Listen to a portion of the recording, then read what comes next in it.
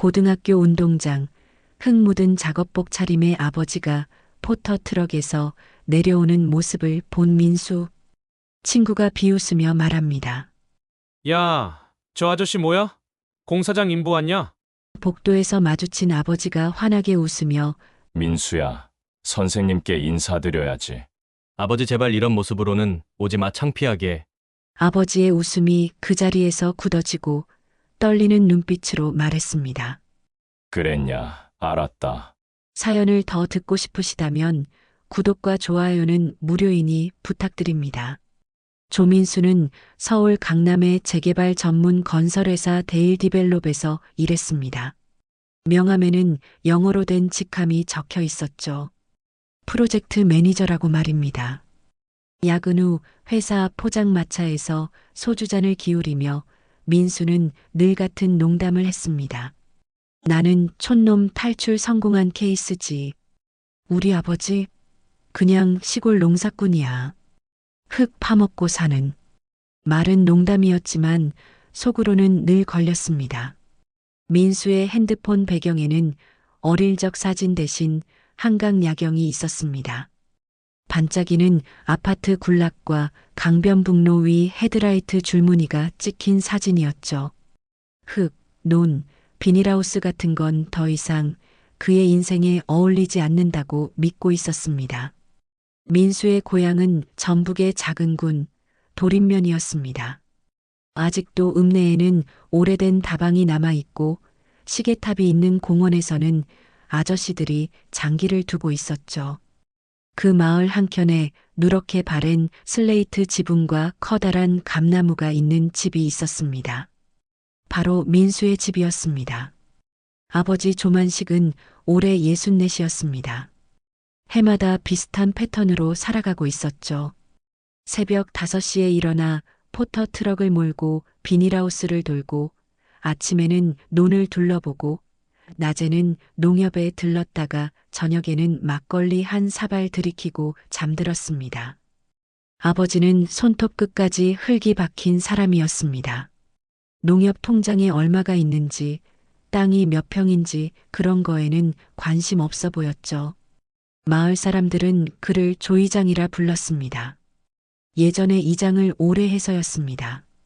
남을 도와주는 걸 좋아했고 빚받은 사람 대신 농협에 머리 조아리러 가는 것도 마다하지 않았습니다. 민수가 아버지를 부끄러워하게 된 건 고등학교 2학년 때부터였습니다. 외환위기 직후 학교에 학부모 진로 간담회가 열리던 날이었죠.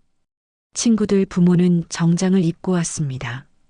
대기업 과장, 공무원, 병원장들이었습니다. 그날 운동장 끝에서 파란 고무장화에 흙 묻은 작업복, 목에는 수건을 두른 아버지가 포터 트럭에서 내려오는 걸 민수가 봤습니다. 제발 설마 학교까지 그 차를 타고 온 건 아니겠지. 민수는 속으로 간절히 빌었습니다. 친구 하나가 말했습니다. 야, 저 아저씨 뭐야? 공사장 인부 왔냐? 그 말이 심장에 비수처럼 꽂혔습니다. 민수는 혈압이 치솟는 걸 느꼈죠. 아버지가 운동장 쪽으로 다가오며 손을 흔들자 민수는 화장실 쪽으로 몸을 틀었습니다. 복도에서 마주친 아버지가 환하게 웃으며 말했습니다. 민수야, 여기 맞지? 선생님께 인사드려야지. 민수 입에서 튀어나온 말은 지금까지도 그의 가슴을 짓누르고 있었습니다. 아버지, 제발 이런 모습으로는 오지 마라. 친구들 다 보잖아. 창피하게. 아버지의 웃음이 그 자리에서 굳었습니다. 잠깐, 아주 잠깐 떨리던 눈빛이 보였습니다.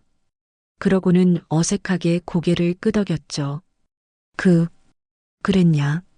알았다. 나는 그냥 간다. 그날 이후로 아버지는 학교 행사에 한 번도 나타나지 않았습니다.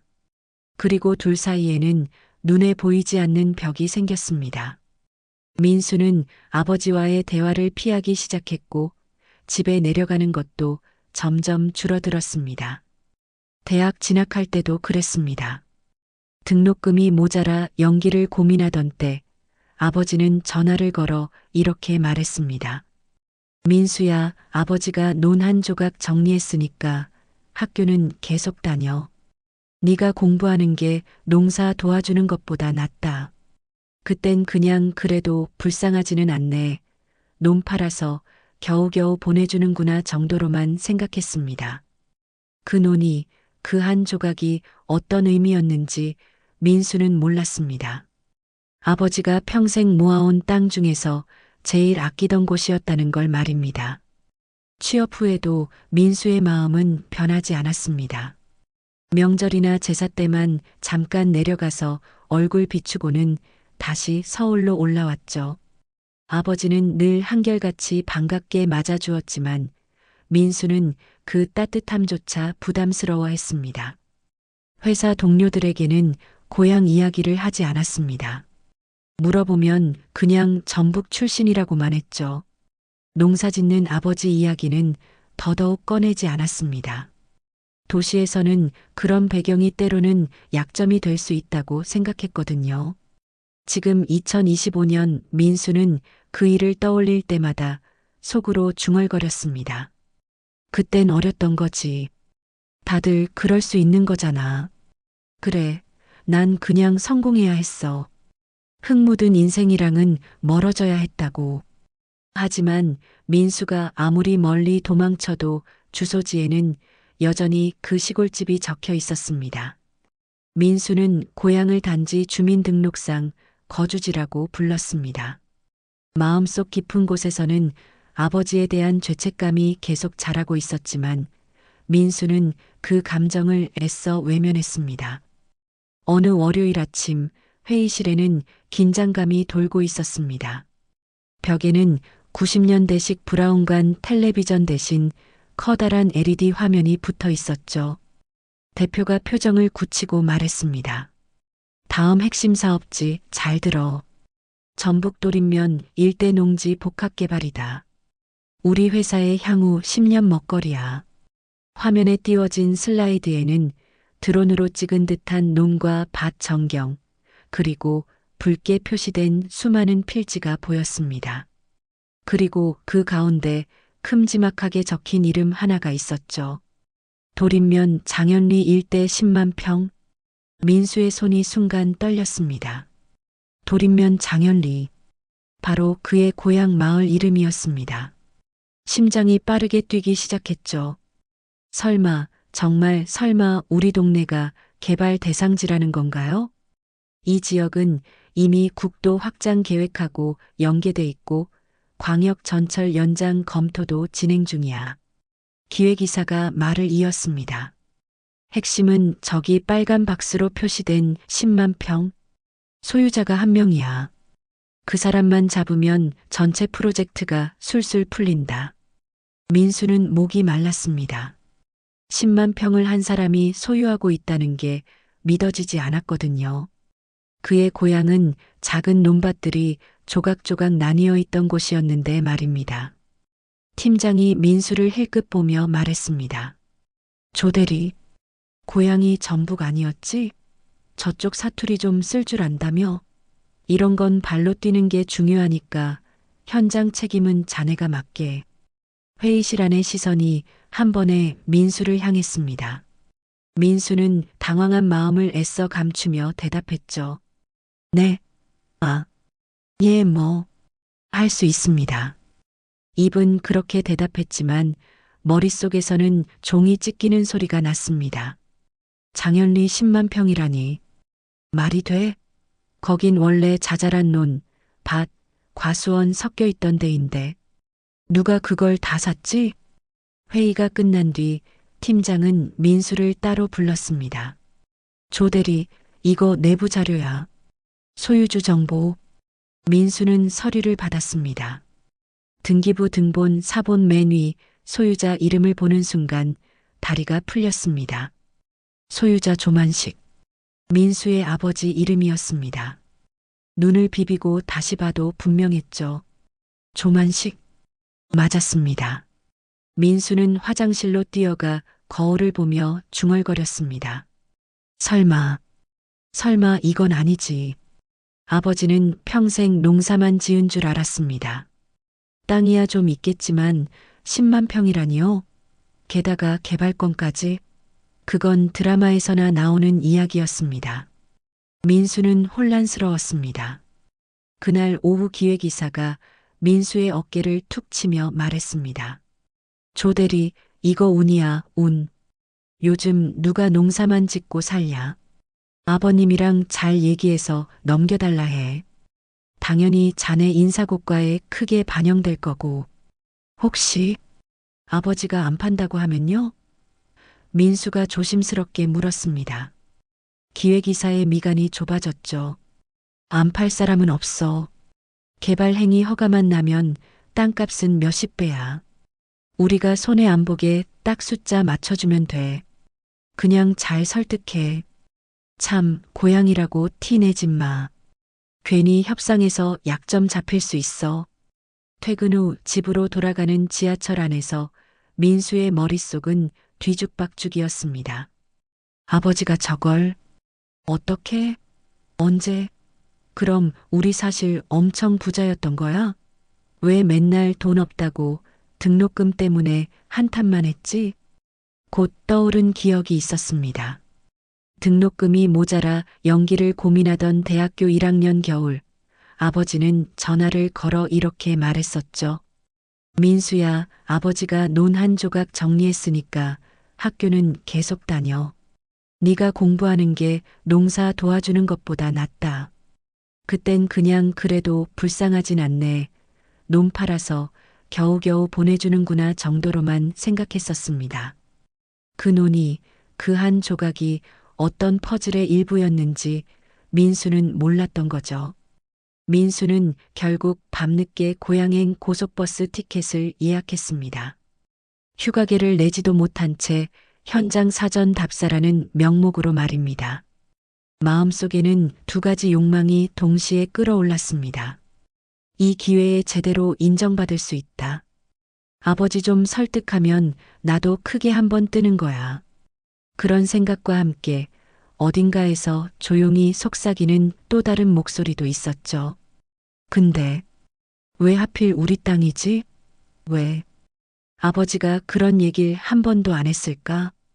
버스에서 창밖을 바라보며 민수는 어릴 때 기억들을 떠올렸습니다. 아버지는 정말 단순한 농부였을까요? 매일 새벽 5시에 일어나 포터 트럭을 몰고 나가시던 아버지, 손톱 끝까지 흙이 박힌 채로 막걸리 한 잔 드시던 아버지 말입니다. 하지만 10만 평의 땅을 소유한다는 건 결코 단순한 일이 아니었습니다. 그것도 개발 가능한 땅을 말이죠. 이건 엄청난 자산이자 권력이었습니다. 민수는 자신이 아버지에 대해 정말 아무것도 모르고 살았다는 걸 깨달았습니다. 서울의 화려한 불빛이 버스 창 밖으로 흘러갈 때 민수는 처음으로 진지하게 생각했습니다. 아버지, 당신은 도대체 어떤 사람이었습니까? 그리고 내일 만날 아버지가 과연 자신이 알던 그 사람일까 하는 의문이 들었습니다. 도림면 시외버스 터미널에 내리자 공기가 달랐습니다. 서울의 매캐한 매연 대신 흙 냄새와 비닐하우스 비료 냄새, 멀리서 들려오는 개 짖는 소리가 민수를 맞았죠. 터미널 앞 구멍가게 간판에는 여전히 공중전화카드 팝니다가 적혀 있었습니다. 민수는 택시 대신 습관처럼 읍내에서 집까지 걸어가는 길을 택했습니다. 아스팔트 위에 찍힌 오래된 포터 트럭 바퀴 자국, 논두렁 사이로 보이는 새 비닐하우스들이 눈에 들어왔죠. 오랜만이네, 이 길. 민수가 중얼거렸습니다. 하지만 마음 한켠은 불편했습니다. 민수가 고향에 오는 건 설이나 제사 때, 그것도 반나절 얼굴 비추고 다시 서울로 도망치듯 올라갔거든요. 이렇게 평일에 혼자 내려온 것은 정말 오랜만이었습니다. 집에 도착하자 마당에서 아버지가 삽질을 하고 있었습니다. 역시나 작업복에 흙투성이 장화, 머리에는 바랜 농협 모자를 쓰고 계셨죠. 민수는 잠깐 고등학교 운동장에서의 기억이 겹쳐지는 걸 느꼈습니다. 아버지. 민수가 부르자 아버지가 고개를 들었습니다. 잠시 멈칫하더니 얼굴이 환해졌죠. 어이구, 이게 웬일이냐? 바쁜 놈이 웬일로 평일에 내려왔어? 아버지는 장갑을 벗으며 다가왔습니다. 손등에는 굳은 살과 검버섯이 뒤섞여 있었죠. 회사 일 때문에. 근처에 볼 일이 있어 내려왔어요. 민수가 대답했습니다. 그래, 밥은 먹었냐? 네가 좋아하던 열무김치 남겨놨다. 사소한 말들이 오갔습니다. 하지만 민수의 머릿속에는 단 하나뿐이었죠. 10만 평, 소유자 조만식. 저녁상에는 된장찌개와 열무김치, 제육볶음이 올랐습니다. 색은 투박해도 냄새는 서울의 어떤 고급 레스토랑보다 민수의 식욕을 자극했죠. 아버지가 막걸리를 한 잔 따르며 말했습니다. 네 회사는 요즘 어떤 일 하냐? TV에 나오는 그런 아파트들 짓냐? 네. 그런 거죠. 재개발, 재건축 같은 거. 민수가 답했습니다. 재개발. 아버지가 그 말을 곱씹듯 중얼거렸습니다. 잠깐 얼굴에 미묘한 그림자가 스쳤죠. 민수는 결심했습니다. 돌려 말할 수 없다. 그냥 직구로 던져야 했습니다. 아버지, 돌인면 장현리, 우리 동네 일대 재개발 들어가는 거 알고 계셨어요? 아버지의 젓가락이 허공에서 멈췄습니다. 누가 그랬냐? 제가 그쪽 담당이에요. 순간 방 안 공기가 달라졌습니다. TV에서 흘러나오던 옛 트로트 소리도 멀어지는 듯했죠. 아버지 땅, 10만 평? 전부 아버지 명의로 돼 있더군요. 회사에서 제일 중요한 핵심 부지라고. 제가 설득하래요. 민수가 말을 이었습니다. 아버지는 한동안 말이 없었습니다. 막걸리 잔을 내려놓는 손이 조금 떨리는 게 보였죠. 그래서 네가 날 설득하러 내려왔다는 거냐? 솔직히 말하면 네. 아버지한테도 좋은 기회예요. 이런 땅 지금 팔아야 합니다. 개발 끝나고 나면 몇십 배, 아니 수백 배 뛸 거예요. 미리 지분 확보하고 들어가야. 민수의 말을 아버지가 끊었습니다. 그만해라. 아버지의 목소리가 낮게 깔렸습니다. 아버지, 이건 감정 문제가 아니에요. 계산을 해보세요.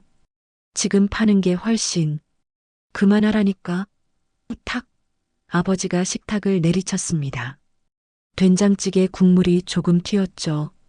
네가 뭘 안다고 이 땅을 팔라 마라 하냐. 네가 서울 가서 양복 입고 산다고 여기가 다 숫자로만 보이냐? 아버지의 목소리에는 분노와 실망이 섞여 있었습니다. 민수도 더는 참지 않았습니다. 그럼 아버지는요? 평생 이 흙에서만 살 거예요? 10만 평이면 서울 강남 아파트도 수십 채 살 돈이에요. 저 어릴 땐 등록금도 제대로 못 내서 난리치더니 이런 땅 가지고 있으면서. 말을 내뱉고 나서야 민수는 그게 얼마나 독한 말인지 깨달았습니다. 하지만 이미 늦었죠. 아버지는 잠시 눈을 감더니 낮게 말했습니다. 네가 모르는 게 많다, 민수야. 이 땅은 그냥 땅이 아니다. 그럼 뭔데요? 조상신이라도 모셔요? 민수가 비아냥거리듯 말했습니다. 네가 지금 알아야 할 때가 아니다. 일단 그 재개발이니 뭐니 나는 안 판다. 네 회사 사람들한테도 그렇게 전해라. 아버지의 말은 단호했습니다. 민수는 씁쓸하게 웃었습니다. 아버지, 세상이 언제까지 아버지 고집대로 돌아갈 것 같아요?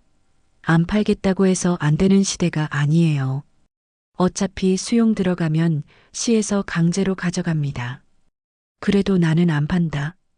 이 땅, 내가 지키기로 한 땅이야. 아버지의 마지막 말에서 민수는 뭔가 다른 의미를 느꼈습니다. 지키기로 한 땅? 누구와의 약속인지, 무엇을 위한 약속인지 궁금했죠. 그날 밤 방에 누워 천장을 바라보며 민수는 생각했습니다. 지키기로 한 땅? 누굴 위해? 도대체 이 사람 왜 이렇게까지 버티는 거야? 그때 창밖에서 포터트럭 시동 거는 소리가 났습니다. 벽시계는 밤 11시를 가리키고 있었죠. 민수가 창문을 살짝 열어보니 아버지가 조용히 트럭을 몰고 어디론가 나가고 있었습니다. 이 밤에 어디를? 민수의 등골이 서늘해졌습니다.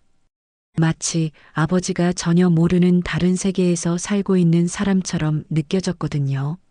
아버지에 대해 정말 아무것도 모르고 살았다는 생각이 더욱 강하게 들었습니다. 다음 날 아침 민수는 혼자 마을을 돌았습니다. 회사에서 받아온 토지대장과 지적도를 들고 도면과 실제 풍경을 맞춰봤죠. 논 사이로 난 농로, 오래된 우물, 새로 지은 비닐하우스, 설날마다 연 날리던 공터들이 눈에 들어왔습니다. 도면 위 붉은 선들은 이 모든 걸 하나의 사업 부지로 묶어버리고 있었습니다. 와, 이걸 다 아버지가. 민수가 감탄하며 중얼거렸을 때 등 뒤에서 목소리가 들렸습니다. 야, 조민수 아니냐? 돌아보니 청바지에 점퍼를 입은 또래 남자가 서 있었습니다. 얼굴이 낯익었죠. 혹시 강도훈? 야, 이 자식 진짜 너냐? 서울 가더니 사람 얼굴도 까먹게 만들더니. 도훈은 민수의 초등학교 동창이자 옛날에는 같이 만화 빌려보던 친구였습니다. 지금은 마을에서 농민의 활동을 한다고 들었죠. 뭐야, 무슨 일로 내려왔냐? 설도 아닌데. 그냥 회사 일이 좀 있어서. 도훈의 눈이 민수가 들고 있는 도면으로 향했습니다. 표정이 굳었죠. 설마 너 재개발 쪽이냐? 뭐? 비슷한 거지. 야, 그게 비슷한 거지냐? 요즘 마을 사람들 전부 그 일로 뒤집어져 있어. 농지 다 밀어버리고 아파트 짓겠다는 거. 니네 회사냐? 도훈의 목소리에 날이 서 있었습니다. 민수는 대답을 피했습니다. 확실한 건 아직 아니야. 계획 단계라. 조 이장이 반대해서 그런 줄은 아냐? 그 이름 하나에 민수의 가슴이 철렁 내려앉았습니다. 우리 아버지가 반대를 해? 야, 네가 몰라서 그렇지. 요즘 면사무소 회의만 열렸다 하면 네 아버지랑 공무원들이랑 건설사 사람들이랑 난리도 아니다. 촌놈이라고 만만하게 봤다가 다들 된통 당하고 있거든. 도훈의 눈빛에는 이상한 존경이 섞여 있었습니다. 네 아버지 이상한 사람이야. 맘만 먹으면 지금 당장 도시 가서 떵떵거리며 살 수 있는데 왜 저렇게 버티는지. 근데 동네 사람들은 다 알아. 조 이장이 우리 편이라는 거. 그날 오후 읍내 카페 겸 다방에서 민수는 회사 쪽 사람들과 만났습니다. 기획이사, 법무팀장, 그리고 낯익은 얼굴 하나가 있었죠. 민수야. 오랜만이다잉. 조만호, 민수의 작은아버지였습니다. 원래는 택시를 몰다가 지금은 부동산 중개업을 한다고 들었죠. 작은아버지, 여기 웬일이세요? 내가 이 동네 부동산은 좀 만지거든. 회사에서 중간 브로커로 나를 쓴다네. 이장 형님 설득하는데 가족만한 게 어디 있냐고. 작은아버지는 능글맞게 웃었습니다. 기획이사가 거들었습니다. 그래, 조 대리. 가족끼리 잘 얘기해.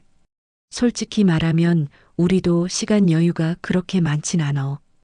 내부적으로는 이미 예산 다 돌려놨거든. 만약 네 아버님이 너무 버티시면 수용 들어간다. 그 말이여. 형님도 그건 아시잖냐.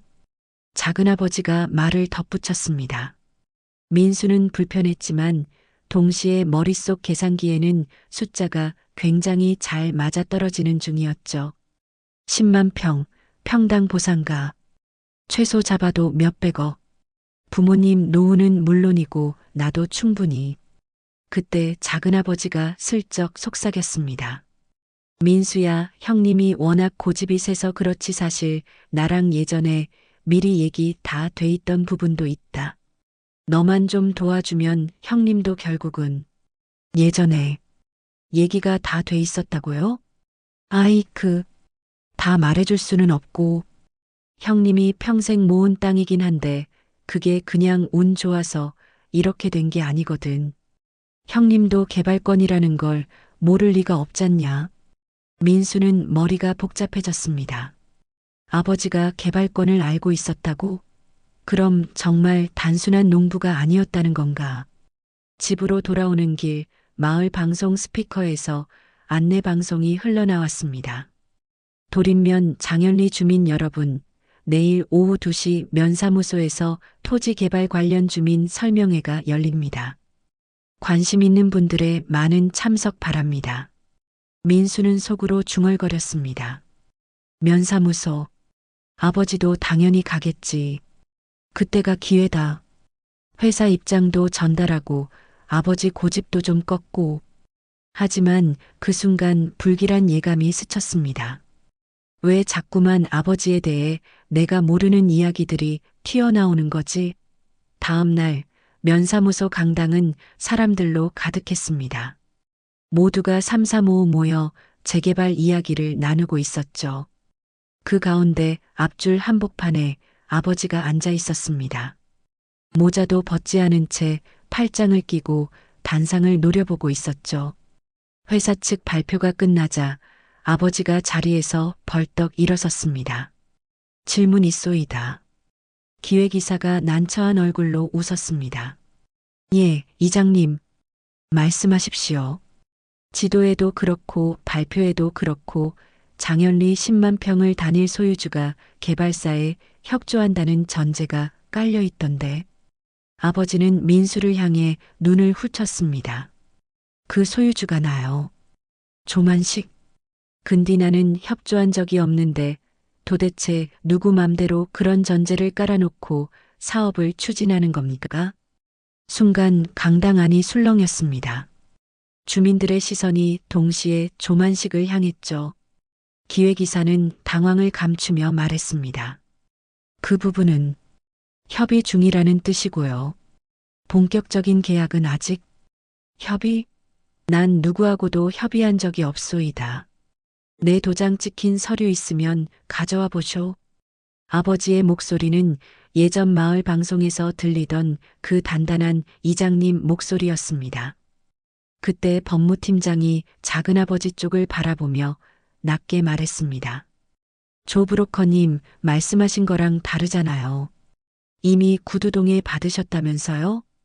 작은아버지는 땀을 삐질삐질 흘리며 웃었습니다. 아, 그게 형님이 원래 말투가 좀 허허. 민수는 그 모습을 보며 가슴이 서늘해졌습니다. 뭐지? 작은아버지가 뭔가를 숨기고 있다. 이때 뒷줄에서 누군가가 소리쳤습니다. 조 이장님, 그냥 파세요. 우리도 이제 아파트 한번 살아봅시다. 맞아. 젊은 것들은 죄다 도시로 나가는데 우리도 한번 누려봐야지. 주민들 사이에서 찬반이 얽혔습니다. 도훈이 주민들 가운데서 일어나 말했습니다. 여러분, 이건 단순히 보상금 몇 푼의 문제가 아닙니다. 우리가 땅을 다 내주면 결국 여길 누가 차지합니까? 아버지가 끼어들었습니다. 합법적인 절차라.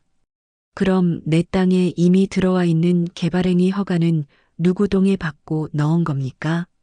법무팀장과 기획이사가 동시에 얼어붙었습니다. 아버지는 주머니에서 서류 한 장을 꺼내 높이 들었습니다.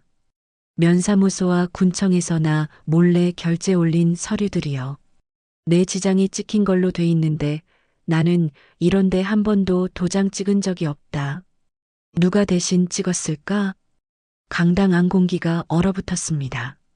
민수의 시선이 자연스레 작은아버지의 주머니 쪽으로 내려갔죠. 거기에는 낡은 도장 케이스가 살짝 튀어나와 있었습니다.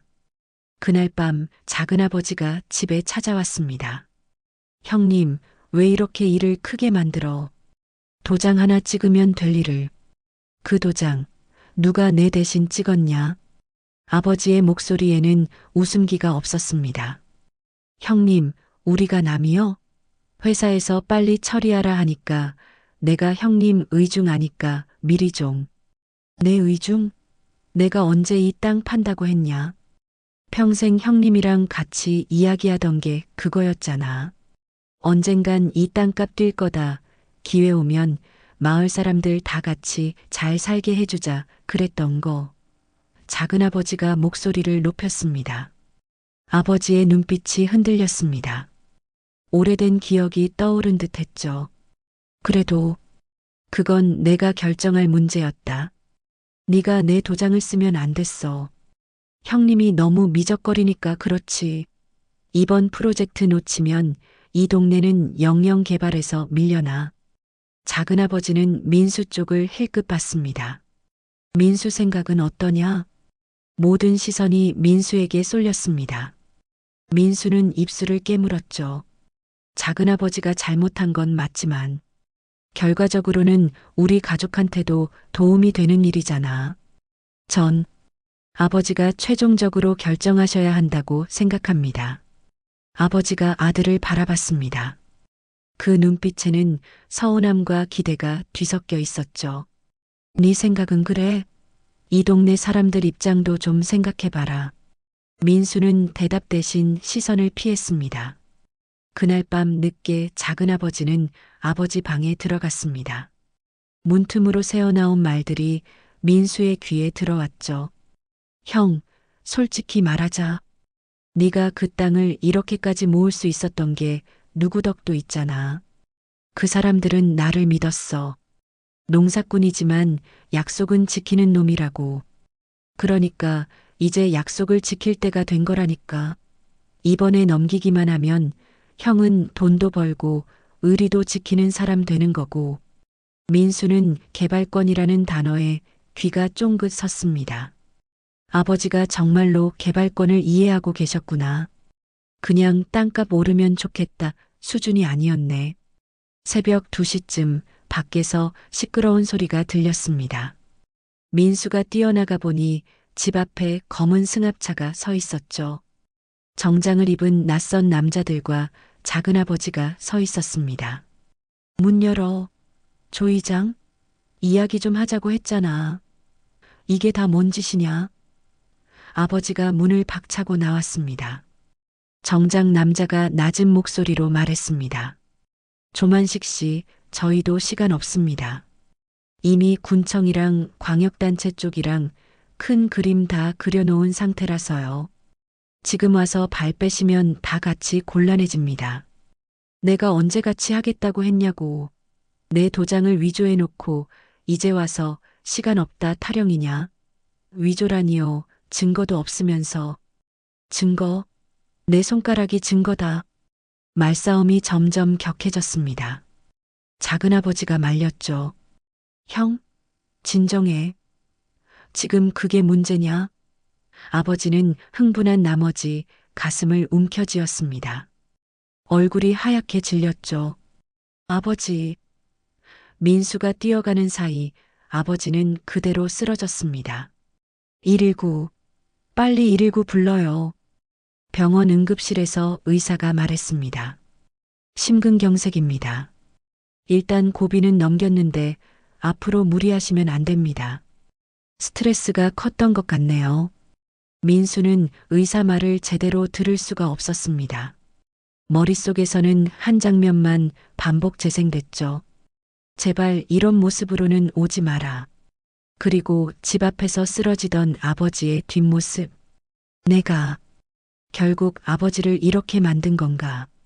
며칠 뒤 회사에서 메일이 왔습니다.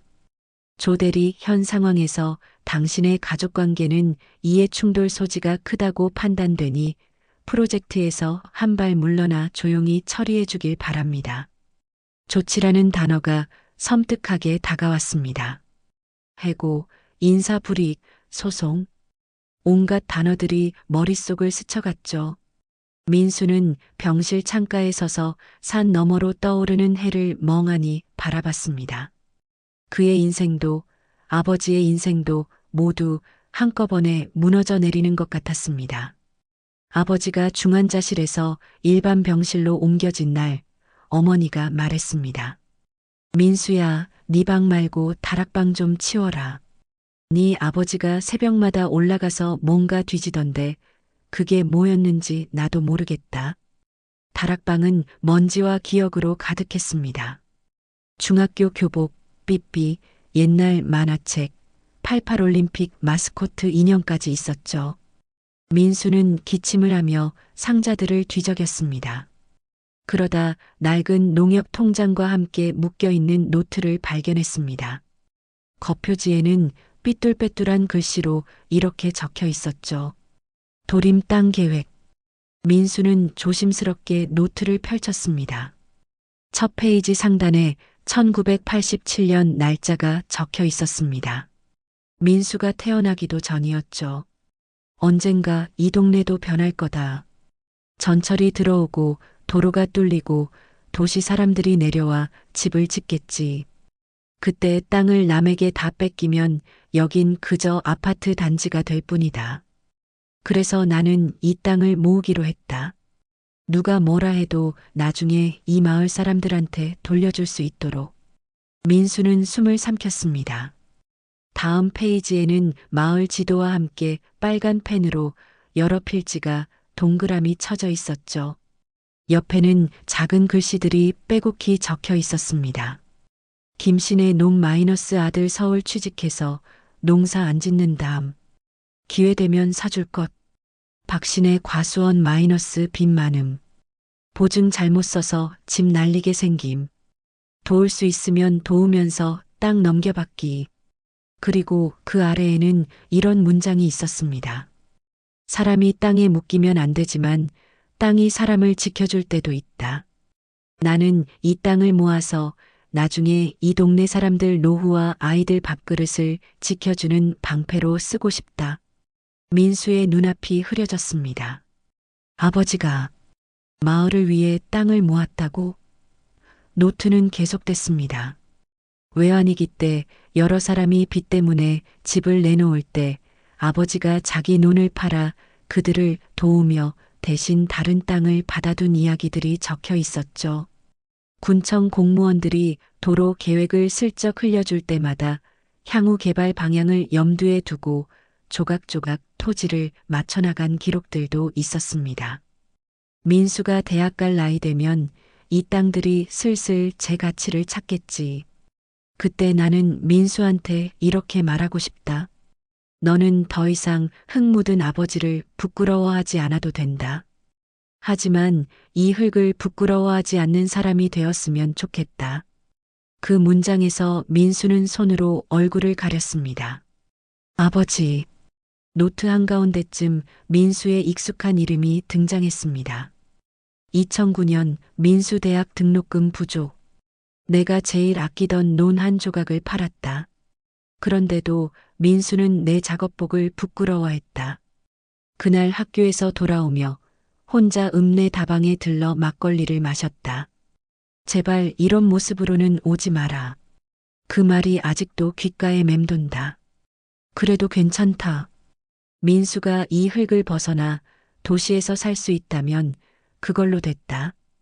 민수는 그 자리에서 주저앉아 울고 싶었습니다. 아버지, 그날 기억하고 있었구나. 나는 그냥 한번 툭 던진 말이라고 생각했는데 노트의 마지막 부분에는 최근 날짜가 적혀 있었습니다. 개발사에서 자꾸 연락이 온다. 작은 놈이 중간에서 설득하려 한다. 확실히 말해줘야겠다. 나는 이 땅을 한 번에 넘기지 않을 것이다. 대신 이 땅에 들어설 아파트 중 일부를 마을 사람들 공동 명의로 하고 노인들 임대료로 사용할 수 있는 수익 구조를 만들어야 한다. 나한테 개발권을 줬다는 건 이걸 하라고 준 거라고 믿는다. 그리고 마지막 문장이었습니다. 민수에게는 아직 말할 용기가 나지 않는다. 언젠가 이 애가 아버지를 더 이상 부끄러워하지 않게 되었을 때 그때 이 노트를 보여주고 싶다. 민수는 노트를 가슴에 안고 병실로 뛰어갔습니다. 아버지는 여전히 침대에 누워 창밖만 바라보고 있었죠. 아버지. 민수가 말을 꺼내려는 순간 아버지가 먼저 입을 열었습니다. 회사 사람들은 뭐라더냐? 그게 중요한 게 아니고 중요하다. 네 인생도 달린 일 아이가. 아버지 고집 때문에 네가 회사에서 미운 털 박히면 안 된다. 민수는 노트를 꺼내 침대 옆에 내려놓았습니다. 이게 뭐예요? 아버지의 눈빛이 잠시 흔들렸습니다. 봤냐? 네. 1987년부터 아버지가 써온 거. 도림 땅 계획. 둘 사이에 침묵이 흘렀습니다. 아버지는 한숨을 내쉬었죠. 원래는 네 결혼할 때쯤 보여주려고 했어. 그땐 네가 조금은 이 흙냄새를 이해하게 됐을까 싶어서. 민수는 고개를 저었습니다. 아버지, 제가 얼마나 모르고 살았는지 이제 알 것 같아요. 그 순간 민수의 머릿속에서 무언가가 딱 하고 끊어지는 느낌이 들었습니다. 이제 나는 둘 중 하나를 선택해야 한다. 회사와 내 출세, 그리고 아버지와 이 마을. 그날 밤 민수는 서울의 팀장에게 전화를 걸었습니다. 팀장님, 저 프로젝트에서 제 역할을 다시 정리해야 할 것 같습니다. 무슨 말이야, 조 대리. 설마 아버님 편에 서겠다는 거야? 아니요. 아버지 편이 아니라 진짜 개발 편에 서겠다는 겁니다. 회사 방식 말고요. 아버지가 준비해 온 방식으로요. 그게 무슨 헛소리야? 민수는 조용히 말했습니다. 저 내부 고발도 할 수 있습니다. 수화기 너머로 침묵이 흐르다가 팀장의 낮게 갈라지는 목소리가 들렸습니다. 조민수 대리, 지금 내가 무슨 말을 하는지 잘 생각해. 이건 내 커리어뿐 아니라 너희 아버지한테도 불리하게 돌아갈 수 있어. 민수는 눈을 감았습니다. 그래, 이제야 진짜 어른이 되는구나. 그래도 해야 할 말은 해야겠다고 생각했습니다. 며칠 후 도림면 면사무소에서 다시 한번 주민 설명회가 열렸습니다. 이번에는 군청 관계자, 개발사 임원들, 그리고 언론까지 대거 참석했죠. 표면적으로는 상생을 위한 자리였지만 실상은 조만식 한 사람의 도장을 받기 위한 최후의 압박이었습니다. 강당 앞줄에는 아버지가 휠체어에 앉아 있었습니다. 옆에는 민수와 어머니가 자리했죠. 기획이사가 마이크를 잡고 말했습니다. 오늘 이 자리는 오해를 풀고 진정한 상생의 길을 찾기 위한 자리입니다. 그 말이 끝나기도 전에 강도훈이 손을 번쩍 들었습니다. 질문 있습니다. 상생이라면서 왜 주민들 모르게 지장 위조를 했습니까? 강당이 술렁였습니다. 언론 카메라가 일제히 움직였죠. 그때 민수가 일어섰습니다. 오해 아닙니다. 모두의 시선이 민수에게 쏠렸습니다. 저는 이 프로젝트의 실무를 맡았던 조민수 대리입니다. 지장 위조는 회사 내부에서도 이미 알고 있던 사실입니다. 법무팀장이 벌떡 일어나 외쳤습니다. 조 대리, 지금 회사 내부 기밀이 아니라 범죄죠. 민수는 침착하게 미리 준비한 USB를 꺼냈습니다. 여기에 회사 측과 브로커 사이의 통화 녹취록이 있습니다. 깊고 무거운 침묵이 강당을 뒤덮었습니다. 작은아버지의 얼굴이 하얗게 질렸죠. 민수야, 너 지금 뭐 하는 짓이냐? 민수는 작은아버지를 똑바로 바라봤습니다. 작은아버지, 아버지 도장은 어떤 명분으로 사용하신 겁니까? 작은아버지는 말을 잇지 못했습니다. 아버지가 휠체어에서 몸을 일으키려 했습니다. 민수가 부축했죠. 아버지, 무리하지 마세요. 괜찮다. 지금 말 안 하면 평생 못한다. 아버지는 천천히 마이크 앞으로 나갔습니다. 나는 도림면 장현리 일대 10만 평의 소유주 조만식입니다. 평생 흙 묻은 손으로 농사만 지은 촌놈이지만 이 땅만큼은 누구보다도 잘 알고 있습니다. 나한테 개발권을 줬다고 한 건 이 동네 사람들 밥그릇을 지키라고 준 거라고 생각했습니다. 그래서 나는 이 땅을 함부로 팔 수가 없었소. 민수가 노트를 들고 앞으로 나갔습니다. 이 땅을 전부 아파트 회사에 넘기는 대신 일부는 마을 사람들 명의로 남겨서 임대 수익이 이 마을 노인들의 생활비가 되게 하는 것. 그리고 최소한 농가 밭 일부는 남겨서 아이들이 흙을 밟고 자랄 수 있게 하는 것. 군청 공무원이 코웃음을 쳤습니다. 조 이장님 말은 참 좋은데 현실적으로 그런 모델은 현실적으로 가능합니다. 민수가 말을 이었습니다. 이미 다른 지역에서 비슷한 수익 공유형 개발 모델이 도입되어 있습니다. 다만 수익성이 떨어진다는 이유로 채택되지 않았을 뿐이죠. 기획이사가 비웃었습니다. 우리 회사가 왜 손해를 보면서 손해가 아닙니다. 민수는 차분히 말했습니다. 아버지가 가진 10만 평은 이 프로젝트의 목줄입니다. 만약 이 땅이 끝까지 협조하지 않으면 프로젝트 자체가 무산됩니다. 그래서 제안합니다. 아버지가 가진 개발권을 마을 주민 협동조합과 공동으로 행사하는 조건으로 프로젝트에 참여하시죠. 법무팀장이 벌떡 일어섰습니다. 그런 말도 안 되는 조건을. 그때 군청 과장이 그를 제지했죠. 회사 입장만 있는 게 아니잖아요. 이 프로젝트 안 되면 다 같이 곤란해집니다. 기획이사는 이를 갈았습니다. 조대리, 너 지금 회사에 반기를 든 거야. 민수는 고개를 저었습니다. 전 회사에 진짜 도움이 되는 제안을 한 겁니다. 지금 지장 위조 의혹까지 나온 마당에 기존 방식대로 밀어붙이면 프로젝트는 여론의 역풍을 막고 중단될 겁니다. 민수는 카메라를 향해 고개를 돌렸습니다. 흙 묻은 농부가 개발권을 쥐고 마을과 도시가 함께 이익을 나누는 대한민국 최초의 사례. 언론이 좋아할 만한 제목 아닙니까? 언론 기자들 눈이 반짝였습니다. 모두의 시선이 다시 아버지에게로 모였죠. 아버지는 민수와 눈을 마주쳤습니다. 네 생각은 어떠냐, 민수야? 민수는 잠시 숨을 고른 뒤 또렷하게 말했습니다. 아버지, 제가 아버지를 부끄러워하던 그날 이후로 계속 도망만 다녔던 것 같습니다. 이제는 같이 서보고 싶어요. 흙 묻은 아버지 옆에.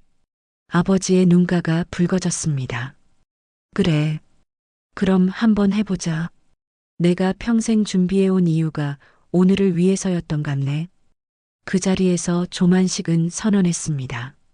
나는 이 땅의 개발권을 도림면 주민협동조합과 함께 행사할 것이요. 조건은 3가지요. 첫째, 마을 노인들을 위한 임대 수익 구조. 둘째, 아이들을 위한 흙 놀이터와 남겨진 논. 셋째, 이 모든 과정을 투명하게 공개하는 것. 군청 과장은 어색하게 웃으며 박수를 쳤습니다. 좋습니다.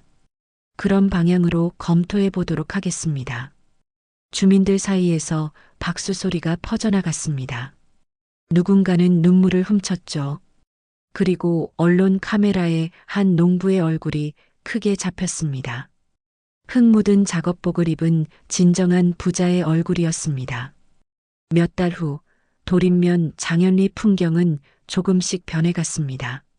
농가 밭 일부는 이미 공사 준비를 위해 정리되었고 한쪽에는 도림상생타운이라는 가칭이 적힌 안내판이 세워졌죠.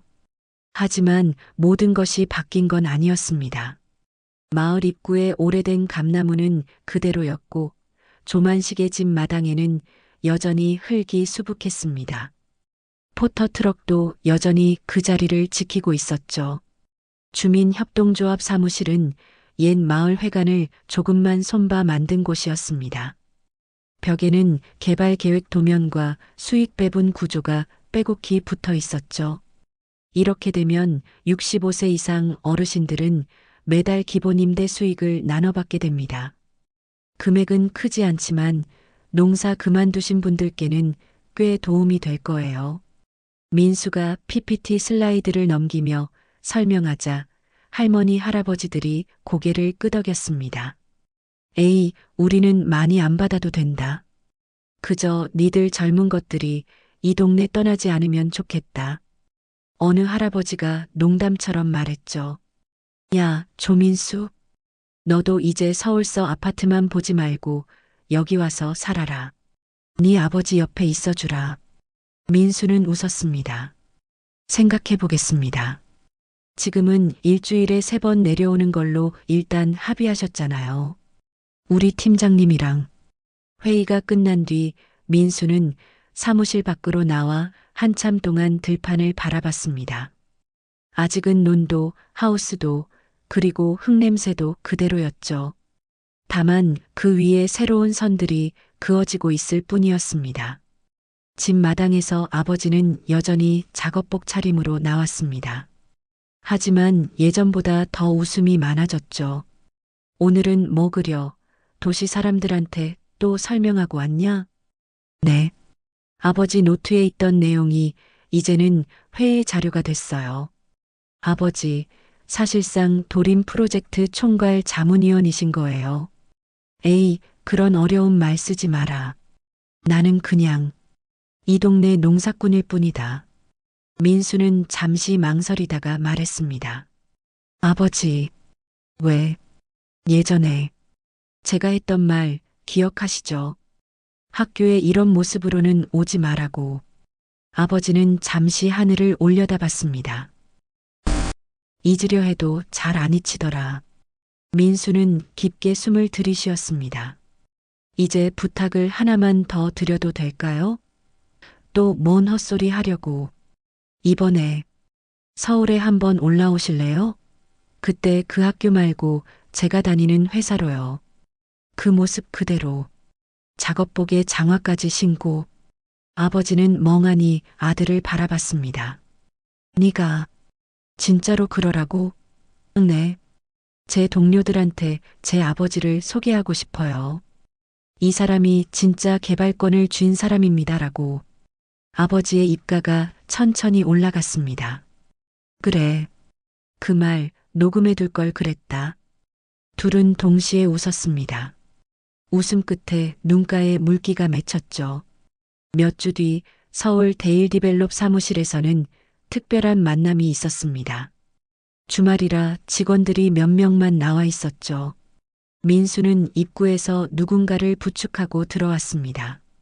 파란 작업복, 농협 모자, 손에는 흙 묻은 장화. 그리고 조금은 어색한 양말 차림이었습니다. 여기가 네가 일하는 데냐?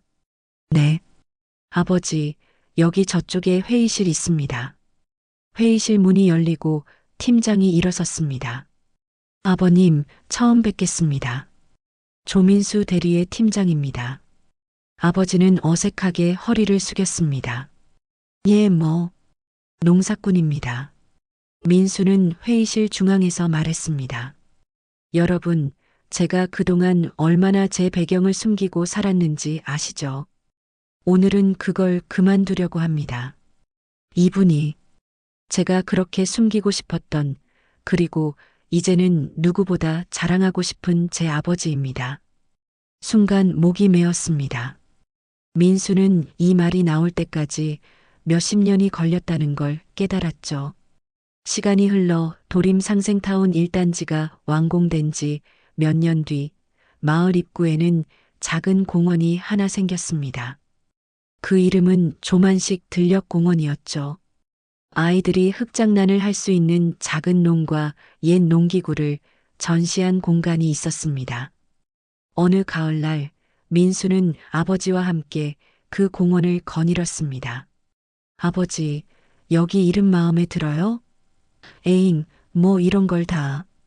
좀 창피하다. 창피하긴요.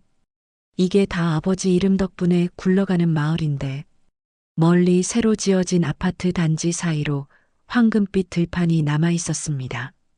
그 위로 아이들의 웃음소리가 퍼졌죠. 아버지는 조용히 말했습니다. 민수야. 네.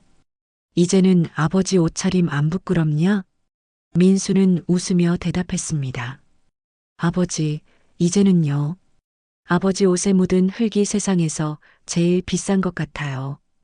그게 진짜 개발권 아닙니까? 아버지는 허허 웃었습니다. 말은 또 번지르르하게 하네. 둘은 나란히 걸었습니다.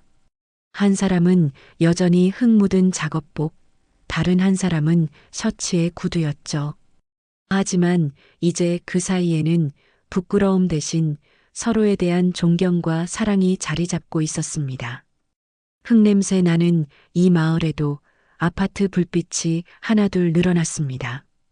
그러나 그 불빛은 이제 흙을 밀어낸 불빛이 아니라 흙과 함께 살아가는 불빛이었죠. 그리고 누군가가 도시에서 재개발 이야기를 할 때면 민수는 조용히 웃으며 말했습니다. 진짜 부자는요, 흙 묻은 작업복 입고도 당당히 고개를 들 수 있는 사람입니다. 그 말의 뒤에는 한평생 땅을 모으고 사람을 지키려 했던 한 농부의 삶이 있었습니다. 그리고 그 농부를 이해하게 된 아들의 깨달음이 있었죠. 사연을 더 듣고 싶으시다면 구독과 좋아요는 무료이니 부탁드립니다.